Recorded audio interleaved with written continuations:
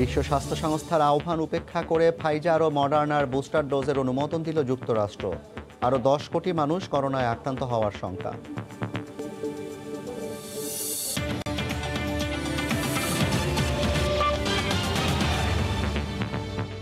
আন্তর্জাতিক সময়ের সঙ্গে আছি আমি জাফর সাদিক।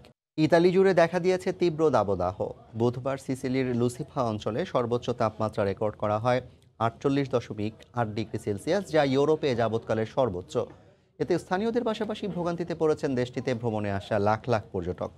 বিস্তারিত ইতালির ভেনিস থেকে সহকর্মী মাকসুদ রহমানের রিপোর্টে। বিগত কয়েক বছরে এমন অসহনীয় গরম দেখেনি ইতালিবাসী। করোনা পরিস্থিতির উন্নতি হলেও হঠাৎ তীব্র দাবদাহে বিপর্যস্ত দেশটির জনজীবন। বুধবার ইতালির সিসিলি দ্বীপের লুসিফার সর্বোচ্চ তাপমাত্রা রেকর্ড করা হয় 48.8 ডিগ্রি সেলসিয়াসে, যা সাম্প্রতিক সময়ে ইউরোপের মধ্যে সর্বোচ্চ। তীব্র তাপদাহ ও প্রতিকূল আবহাওয়ায় স্বাস্থ্য ঝুঁকি এড়াতে তাই জনসাধারণকে সতর্ক থাকার আহ্বান জানিয়েছেন ইতালির নাগরিক সুরক্ষা পরিষেবা বিভাগ। এদিকে ইউরোপের অন্যান্য দেশের তুলনায় ইতালির করোনা পরিস্থিতি ভালো হওয়ায় দেশি বিদেশি পর্যটকদের গন্তব্যে পরিণত হয়েছে দেশটি। লাখ লাখ পর্যটকের পদচারণায় বিভিন্ন পর্যটন কেন্দ্র মুখর থাকলেও তীব্র গরমে ভোগান্তিতে পড়েছেন তারাও। আমরা বলোনিয়া থেকে ভেনিসে ঘুরতে আসছি। ভেনিস অনেক সুন্দর শহর, অপূর্ব সুন্দর, একটু গরম, তারপরও অনেক সুন্দর। গ্রীষ্ম মৌসুমে প্রতি বছরই কম বেশি দাবদাহ সৃষ্টি হয়, তবে সাম্প্রতিক সময়ে জলবায়ু পরিবর্তনের প্রভাবে এবছর তা অসহনীয় পর্যায়ে পৌঁছেছে বলে মনে করছেন বিশেষজ্ঞরা। ইতালির ভেনিস থেকে মাকসুদ রহমান, সময় সংবাদ। বিশ্ব স্বাস্থ্য সংস্থার আহ্বান উপেক্ষা করে ফাইজার ও মডার্নার টিকার বুস্টার ডোজের অনুমোদন দিয়েছে যুক্তরাষ্ট্র। এ অবস্থায় বিশ্বে আরও 10 কোটি মানুষ করোনায় আক্রান্ত হতে পারেন বলে সতর্ক করেছে বিশ্ব স্বাস্থ্য সংস্থা। ভারতীয় ডেল্টা ধরনের টালমাটাল বিশ্বের বিভিন্ন দেশ। এ অবস্থায় কয়েকটি দেশে চলছে বুস্টার ডোজ প্রয়োগ। দক্ষিণ আমেরিকার দেশ চিলিতেও বুস্টার ডোজ দেয়া শুরু হয়েছে।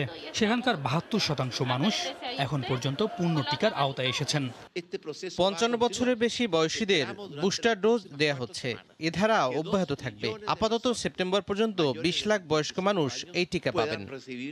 যুক্তরাষ্ট্র অনুমোদন দিয়েছে তৃতীয় ডোজের। ফাইজার মডার্নার টিকা দেয়া হবে বুস্টার হিসেবে। দেশটির খাদ্য ও ওষুধ প্রশাসন সংস্থা বলছে, যাদের রোগ প্রতিরোধ ক্ষমতা দুর্বল তাদের জন্য করোনা ভাইরাসের টিকার বুস্টার ডোজ অনুমোদন দেওয়া হয়েছে।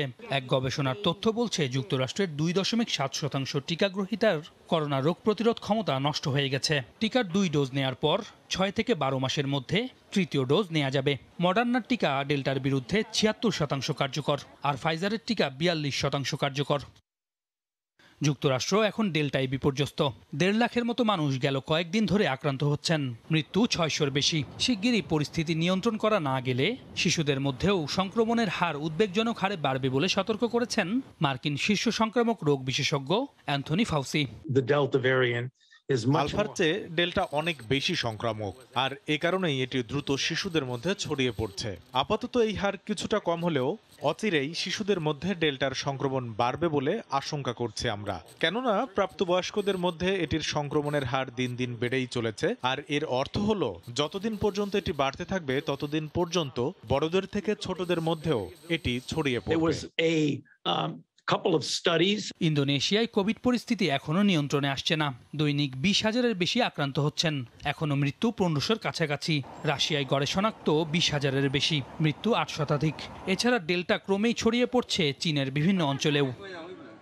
এই অবস্থায় বিশ্ব স্বাস্থ্য সংস্থা সতর্ক করেছে, বিশ্বে আরও 10 কোটি মানুষ কোভিডে আক্রান্ত হতে পারেন। ধনী দেশগুলো যদি গরিব দেশগুলোর জন্য টিকা কর্মসূচি চালু না করে, তাহলে সংকটের সমাধান হবে না বলেও উল্লেখ করেছে সংস্থাটি।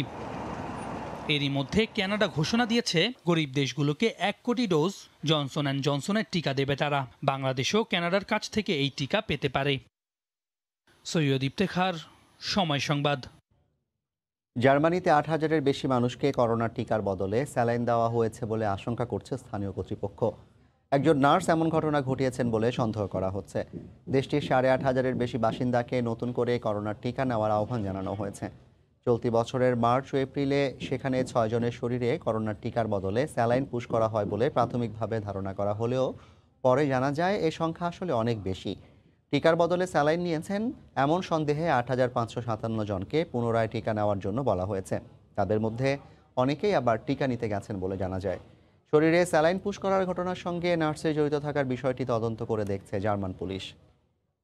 মালয়েশিয়া জুড়ে ন্যাশনাল রিকভারি প্ল্যানের প্রথম ধাপের লকডাউন থাকা সত্ত্বেও কিছুতেই থামানো যাচ্ছে না করোনা সংক্রমণ।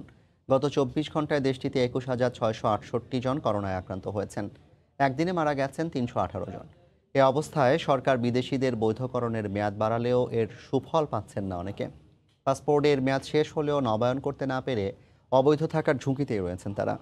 মালয়েশিয়া থেকে মোহাম্মদ আব্দুল কাদেরের রিপোর্ট। করোনা মোকাবিলায় মালয়েশিয়ার বিভিন্ন রাজ্যে জারি রয়েছে ন্যাশনাল রিকভারি প্ল্যানের প্রথম ধাপের লকডাউন। নানা সংকটের মধ্যে পড়ে মানবেতর জীবনযাপন করছেন অসংখ্য প্রবাসী বাংলাদেশি। সেই সঙ্গে চাকরি হারিয়ে টাকার অভাবে দেশেও ফিরতে পারছেন না অনেকে।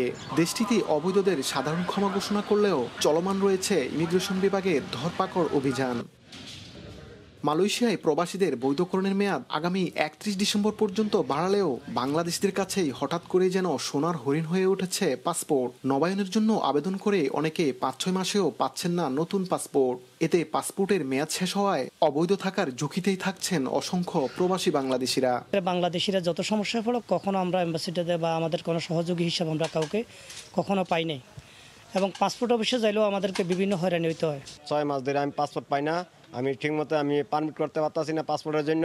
আজ থেকে ৩ মাস থেকে ৪ মাস যাবত হয়ে গেছে, ৪ মাসটা ৫ মাস যাবত চলতেছে।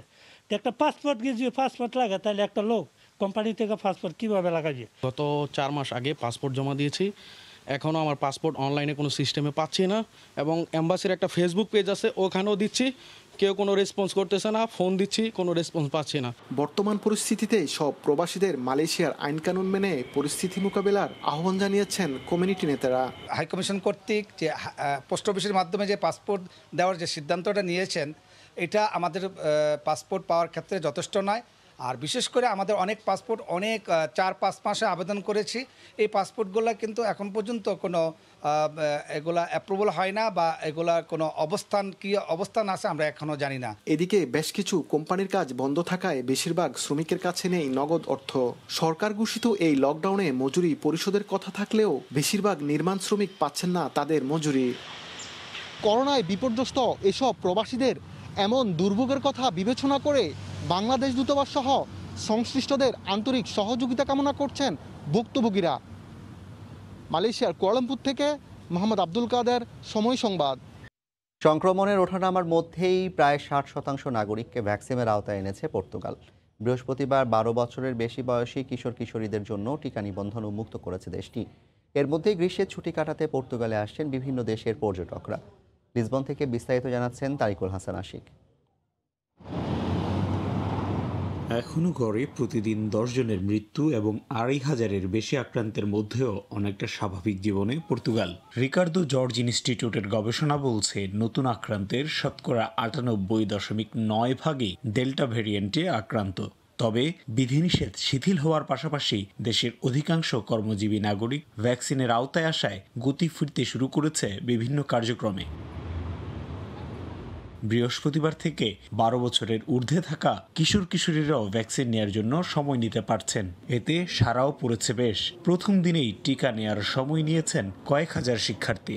ভ্যাকসিন সার্টিফিকেট নিয়ে ভ্রমণ সহজ হওয়ায় পর্যটক বাড়ছে বিভিন্ন শহরে, বিশেষ করে সৈকত বেষ্টিত শহর বা দ্বীপাঞ্চলগুলোতে বেশি আগ্রহ পর্যটকদের। অন্যদিকে পর্তুগালমুখী ফ্লাইটও বাড়িয়েছে বিভিন্ন উড়োজাহাজ সংস্থা।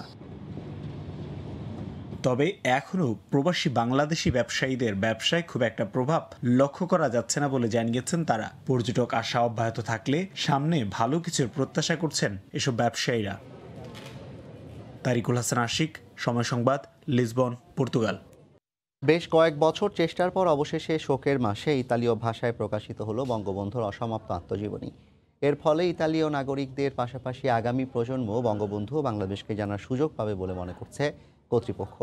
রোম থেকে জুমানা মাহমুদের রিপোর্ট। বঙ্গবন্ধু কন্যা ও বাংলাদেশের প্রধানমন্ত্রী শেখ হাসিনার অনুমতি নিয়ে বঙ্গবন্ধুর অসমাপ্ত আত্মজীবনী ইতালীয় ভাষায় অনুবাদের কার্যক্রম শুরু হয় কয়েক বছর আগে। নানা চড়াই উতরাই পেরিয়ে অবশেষে শোকের মাস আগস্টে বইটি প্রকাশিত হয়েছে। ইতালির একটি স্বনামধন্য প্রকাশনী বইটি ছাপে। ইতালীয় ভাষায় বইটি প্রকাশনার সার্বিক তত্ত্বাবধানে ছিলেন সর্ব ইউরোপিয়ান আওয়ামী লীগের মহিলা বিষয়ক সম্পাদক এবং রোম সিটি কর্পোরেশনের নির্বাচিত কনসুলতা হোসনে আরা বেগম। সময় সংবাদকে তিনি বলেন, জাতির জনককে বিশ্বে আরও ব্যাপকভাবে ছড়িয়ে দেওয়ার লক্ষ্যেই বইটি প্রকাশের উদ্যোগ নেওয়া হয়। এই দেশের মানুষকে বঙ্গবন্ধু সম্বন্ধে জানানো এবং এদেশের যে আমাদের পরবর্তী প্রজন্ম আসছে তাদেরকে বঙ্গবন্ধু সম্বন্ধে জানানোর জন্য আমাদের এই উদ্যোগটি ছিল। বইটি ইতালীয় ভাষায় অনুবাদের মূল দায়িত্বে ছিলেন বাংলা ভাষার উপর ঢাকা বিশ্ববিদ্যালয়ে পড়াশোনা করা ইতালীয় তরুণী আন্না কোক্কিয়ারেল্লা। এমন একটি বই অনুবাদ করতে পেরে দারুণ খুশি তিনিও। হোসনে আরা বেগমকে অনেক কৃতজ্ঞতা জানাই, কারণ তার কাজ, তার সাপোর্ট না থাকলে কাজটি হতোই না। প্রায় 2 লাখ বাংলাদেশির বসবাস ইতালিতে। সংশ্লিষ্টরা মনে করছেন দেশটির আগামী প্রজন্ম বইটি হাতে পেলে বঙ্গবন্ধু সম্পর্কে নতুন করে জানার সুযোগ পাবেন। বঙ্গবন্ধুর অসমাপ্ত আত্মজীবনী ইতালীয় সংস্করণটি দেশটির বিভিন্ন বইয়ের দোকানে পাওয়া যাবে। আনুষ্ঠানিকভাবে বইটির মোড়ক উন্মোচনের কথা রয়েছে প্রধানমন্ত্রী শেখ হাসিনার। বঙ্গবন্ধুর এই অসমাপ্ত আত্মজীবনী ইতালিয়ান ভাষায় প্রকাশিত হওয়ায় ইতালিয়ানরা যেরকম বাংলাদেশকে চিনতে পারবে, বঙ্গবন্ধুকে জানতে পারবে, সেই সাথে এখানে বড় হওয়া নতুন প্রজন্মের বাচ্চারা দেশের প্রতি এবং বঙ্গবন্ধুর প্রতি তাদের ভালোবাসাও আরও বাড়বে। ইতালির রোম থেকে জুমানা মাহমুদ, সময় সংবাদ। এই ছিল আন্তর্জাতিক সময়। সঙ্গে থাকুন সময়।